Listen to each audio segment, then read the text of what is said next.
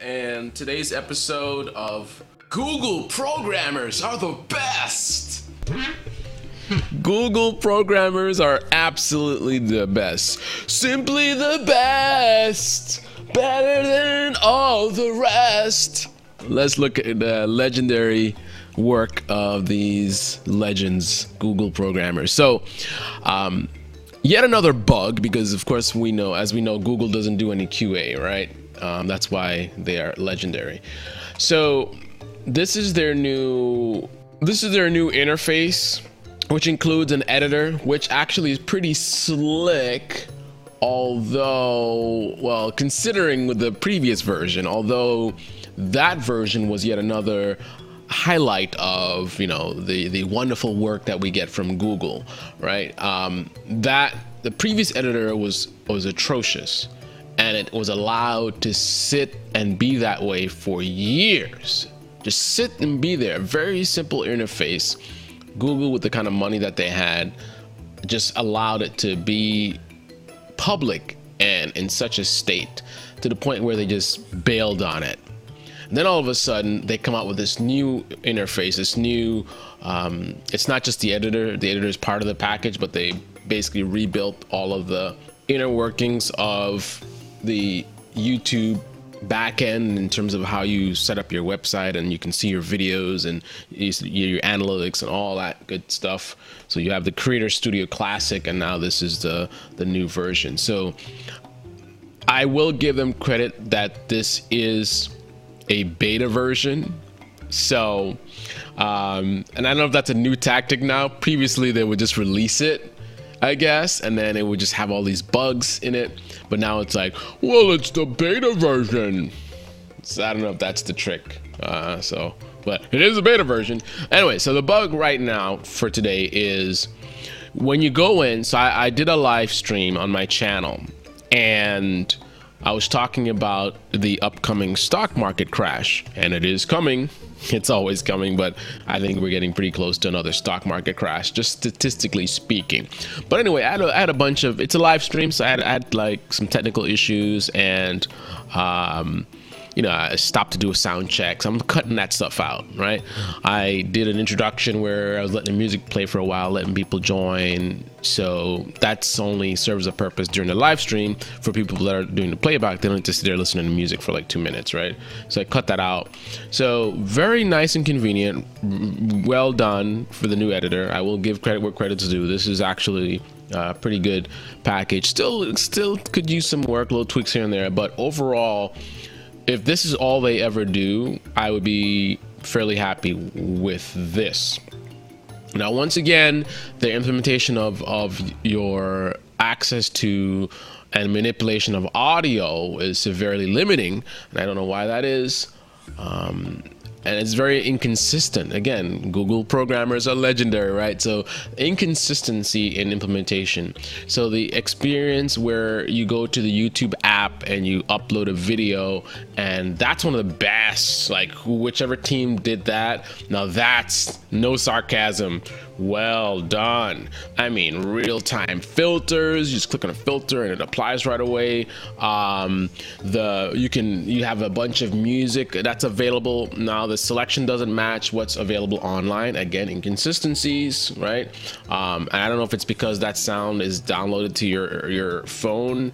So rather than, if it's stored locally, then fine, but why would it be stored locally? Why not allow it to be downloaded, at least as an option? Maybe some of them are in the app and then you could download others, but bottom line is you don't have as much music as here, but you do have a decent selection. It's good music. I think it automatically loops, which is something like, why does it take so many years for legendary Google to loop their audio? And actually, that's not correct. You can't loop your audio. See, they're so inconsistent. I don't even know what's what and what's where.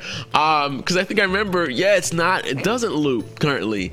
So that's an annoying thing. You have a 5-minute video and then you have a 3-minute song. So it plays for 3 minutes and then stops. I mean, that's a very basic thing to allow a user to be able to loop the track. I mean, seamless automatic looping is one thing, but you should at least be able to like double up. So I have a 3-minute song, you know, paste 3-minute song, paste 3-minute song, paste 3-minute song, right? You should be able to just like stack them next to each other so they would naturally like fade in and fade out according to how the song starts and ends, of course.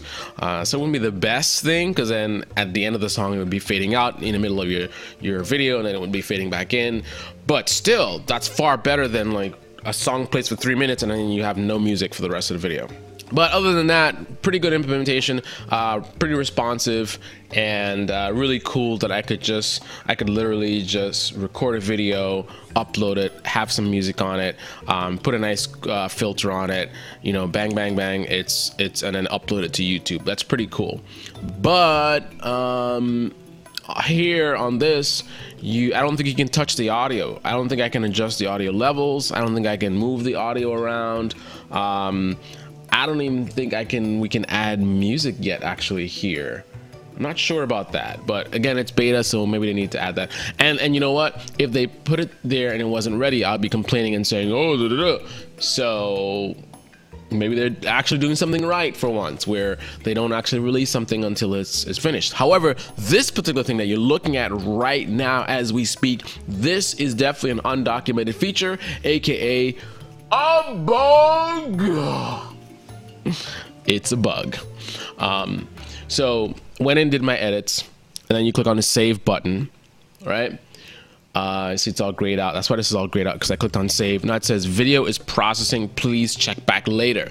So visually, it's telling you that you're good to go. I'm working on my thing, you know, go have your breakfast, which I'm about to do. But if you try to click on the back arrow, oh, they fixed it. Let's click on this. Let's click on editor. Video is being processed.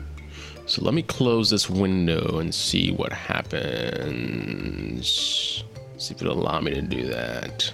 What used to happen would be that if you try to close the window, it'd warn you that the stuff is unsaved. You know, you might lose your work or whatever. If you clicked on a back arrow, it would tell you, give you a similar error message. So it would put you in this weird scenario where you're afraid to leave or close the tab, but you might be okay, because I mean, you did click on save. It does say check back later, but then it's also warning you when you try to leave. It's like, no, don't leave, you gotta make sure you save your stuff. So in the back of your mind, there's a 50-50 chance that all your editing, like you could have spent 20 minutes, 30 minutes making a bunch of edits, that all that might be lost, or it might all be fine. It's just a little undocumented feature. So I'm gonna say this is fixed. I guess we can do a little demonstration. Let's because I don't know, maybe while I was blabbing away, maybe there's a timer thing somewhere in the code. If you try to move before a certain time has elapsed, maybe that's where the bug comes from.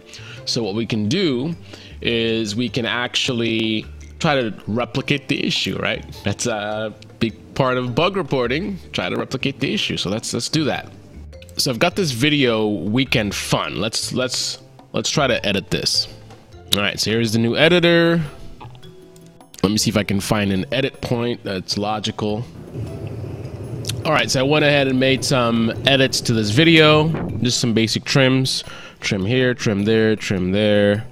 And now, the moment of truth. We're gonna see if this bug shows up again. All right, so what we're gonna do is, after you've done your edit, what you do is you click on preview. And that's interesting. I assume click on preview because I'm focused on this interface down here. I see the options. I have my timeline. It says split. It says clear all, preview, right? Totally not focused on up here. I don't even know if this is even clickable. I don't get any kind of response when I mouse over it. See, these respond. These do nothing. This does nothing. These respond, right? But these, there's not even a pop-up. I get a pop-up for this, but the save and whatever, not really giving any response at all. Anyway, regardless of that, this is what I've been doing, is click on preview. So let's click on that. And now, so now this becomes active. See, it's now in blue. So now we can save or discard our changes. So I typically will play it back a little bit just to see how my edits are playing out. This is the Meepo electric skateboard. Let's go ahead and crank that on. There we go. Good to go. All right, so I've played back the video. So now what we're gonna do is save it. So click on the save button, upper right hand corner, and it should say check back later or whatever, and this is gonna gray out. So let's see. Click on save. Okay, so it gives us a little warning. Saving these changes will cause your existing video to be updated, blah blah blah. During that time, viewers may see this. So a little advisory. So that's a nice touch, keeping the user informed about what's happening, right? That's pretty cool. So then you can back out by canceling or save. So all right, cool. Click on save. Now this is grayed out. Now it says video processing, please check back later. So this is where the bug shows up. So what I'm going to try to do is click on the back arrow to back out of here first to see what happens. There you go. So now you're getting prompted, should you discard changes, right? Why is it asking you if you are going to discard changes? I already saved it, right? It's already saved. It says it's processing, check back later. Why is this triggering this logic that says, do you want to discard changes? And if I try to close the window as well, again, you're hitting this logic. Let's actually see if we can find out where this is being triggered. So if we inspect this element, we see that when you click on that, iron icon class, remove default style scope button. All right, so I'm not gonna spend all day on this. I got a lot of stuff to do, but basically basic research that I've done, all of 5 minutes looking at the code, has revealed a theory. So this message, as I thought, appears to be something that is generated sort of generically. What I mean by that, it's not something that is part of the website itself specifically. Like, it's not something you're gonna find in the source code. It's triggered by and related to this before unload event. So it says that the before unload event is fired when the window, the document, and its resources are about to be unloaded. The document is still visible and event is still callable at this point. So it says if a string is assigned to the return value event property, a dialog appears asking the user for confirmation to leave the page. Some browsers display the return string in the dialog box, but others display their own message if no value is provided. The event is processed silently.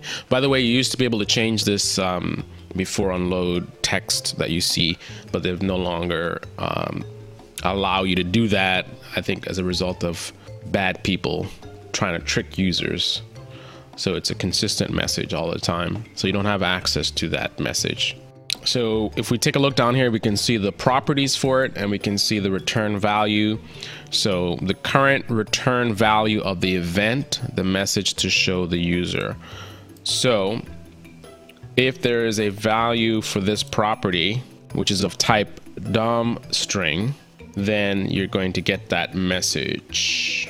It looks like there might be a way to monitor events. I'm really getting into this. I'm totally going above and beyond. I was just supposed to just show more crappy Google code, but now I'm actually learning some. So my web developer days are long gone.